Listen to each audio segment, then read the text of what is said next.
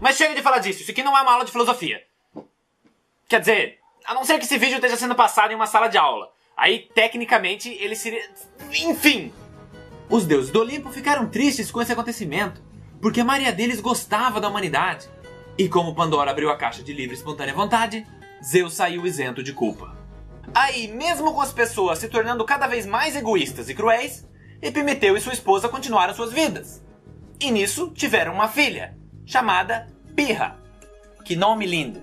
Então os anos se passam, a garotinha cresce, e sendo uma semideusa, ela era muito hábil e aprendia tudo com muita facilidade. Mas ao mesmo tempo, ela era muito introvertida. Ela nunca se interessou em namorar e só ficava na dela. Até que um dia, ela ouviu falar que na Tessália havia um homem que desde muito cedo se destacava em tudo o que fazia. Um excelente guerreiro, estrategista, filósofo. E as façanhas desse prodígio eram tão impressionantes que logo sua reputação se espalhou pelos reinos. Então, pela primeira vez, e talvez puxando as características de sua mãe, a curiosidade de Pirra falou mais alto. E com o apoio de seus pais, ela foi a Tessália tentar conhecer este homem. Chegando lá, ela passa um bom tempo procurando. Até que um dia, ela finalmente o encontra. E, sendo filha de um deus, consegue sua atenção. Os dois então começam a conversar, eles veem o quanto eles têm em comum, e logo sentimentos começam a surgir. Então, o rapaz já apaixonado convida a garota para que fique com ele na Tessália. E Pirra, repleta de alegria, aceita. O casal continua a se conhecer, e a cada dia que passava, mais ela admirava a sabedoria e senso de justiça de seu amado. O nome dele era Deucalion, que por ser mortal foi destinado a viver entre os homens, mas, sendo filho de dois deuses, tinha muitos dons que o tornavam especial, permitindo que ele se destacasse entre a população. Mas agora voltando ao Olimpo, os deuses estavam sempre observando a humanidade, que a essa altura já tinha se deteriorado absurdamente. Ladrões, traidores, assassinos. Então, em determinado momento, Zeus reúne o Conselho do Olimpo e diz que a perversidade do homem passou dos limites, sugerindo que eles fossem exterminados e que uma nova raça de seres humanos fosse criada. E a princípio os deuses ficaram relutantes, porque ainda haviam pessoas boas na Terra.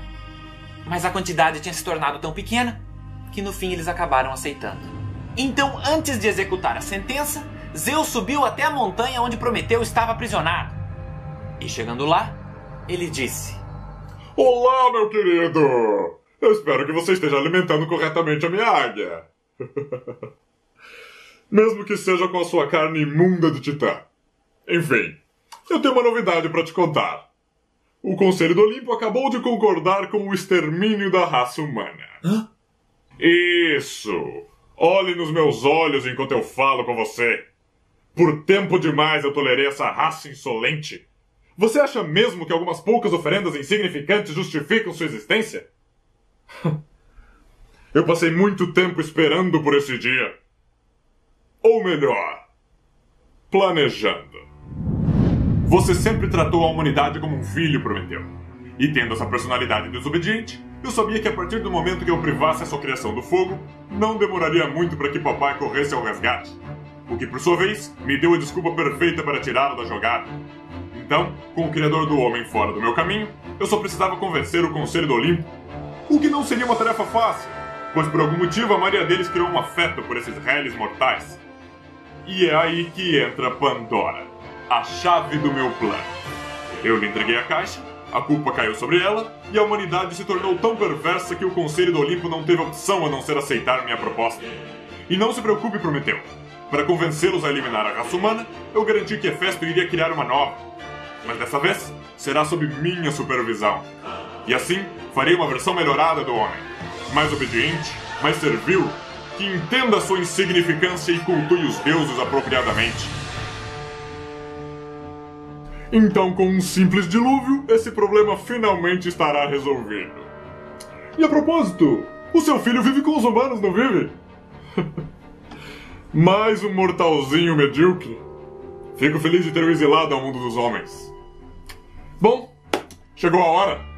Cada um desses vermes, culpados e inocentes, todos irão perecer ao estalar dos meus dedos.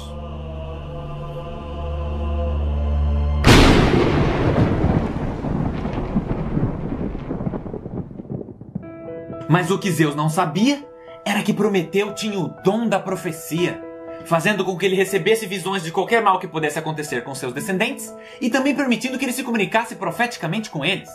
Então, antes mesmo que as nuvens de tempestade começassem a se formar, Prometeu secretamente enviou uma mensagem divina para seu filho.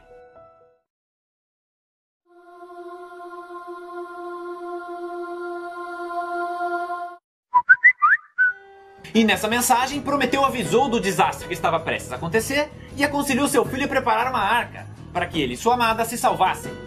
Então Deucalion, sendo um homem justo, tenta avisar as pessoas da calamidade que se aproximava. Mas tudo o que recebeu foi desdém. Com isso, o casal rapidamente enche o barco com suprimentos e, faltando pouco tempo para que a inundação tomasse proporções catastróficas, velejam em alto mar. A chuva então se intensifica e as pessoas começam a perceber a gravidade da situação. Mas a essa altura, já era tarde demais. Aí, os dias vão se passando e Deucalion e sua esposa continuam à deriva, vendo apenas o mar até onde o horizonte alcança. Enquanto isso, Zeus descobre que eles sobreviveram e fica putaço, a ponto de mais uma vez reunir o Conselho do Olimpo e dizer que esses dois também tinham que ser exterminados.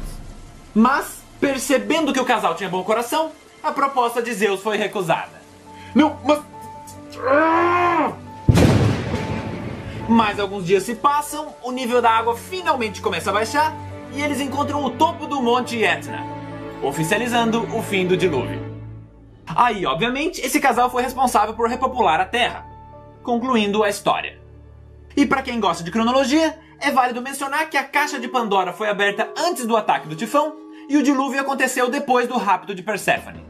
Agora, para finalizar, é interessante notar duas coisas.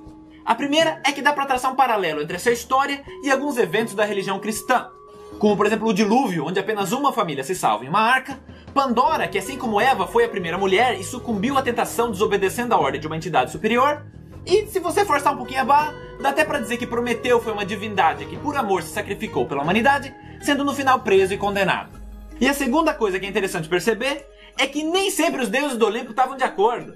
Na verdade, tem rivalidades ferrenhas entre alguns deles, sendo que uma das maiores surgiu em uma competição entre tio e sobrinha.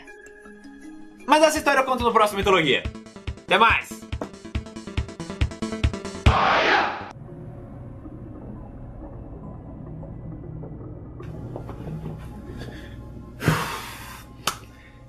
Finalmente eu terminei tudo. Cada defunto no seu lugar, toda a papelada preenchida. Eu nem acredito que finalmente eu e a Perséfone vamos conseguir tirar as nossas férias nos Campos Elíseos. Vão ser só 2 dias, mas não tem problema, vai ser maravilhoso. Eu só preciso que por um fim de semana nenhuma desgraça aconteça. Filho da puta!